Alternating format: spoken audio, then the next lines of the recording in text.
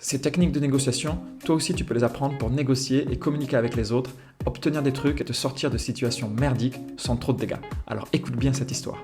Cette histoire se passe en décembre 2021, plus précisément le vendredi 24 décembre, la veille de Noël. Je vous la raconte car elle va me permettre de vous montrer en détail une succession de techniques de communication empathique et de négociation qui m'ont permis de me sortir d'un problème qui se présentait comme insoluble. À l'époque, on m'avait offert un voyage à Dublin pour mon anniversaire.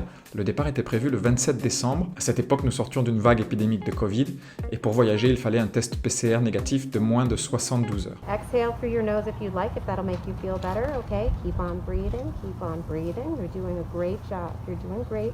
Le seul créneau disponible sur Doctolib, c'était donc le 24 décembre à 17h30. Comme vous pouvez l'imaginer, ce n'est pas le meilleur créneau du monde, car le soir du 24 décembre, tout le monde a mieux à faire que de faire un test PCR. Bref, les contraintes de timing font que je me pointe à 17h30 au centre de test. J'arrive à l'adresse du centre, je me gare quelques rues plus loin, et déjà, en marchant vers le lieu du rendez-vous, je réalise que quelque chose ne va pas. En effet, j'aperçois au loin l'infirmière qui accueille les gens qui ont pris rendez-vous.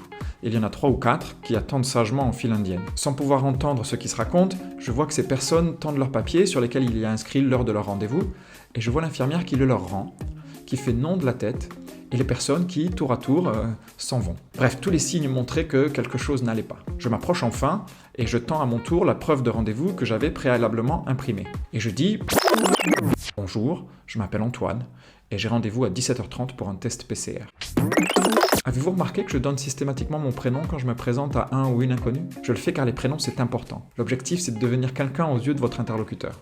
Décliner votre identité, c'est donc essentiel. Et votre prénom, c'est une information personnelle qu'il est très facile de partager. Après m'être présenté et avoir précisé l'objet de mon rendez-vous, l'infirmière me regarde, l'air désolé, et me répond « Nous n'avons plus de test PCR ».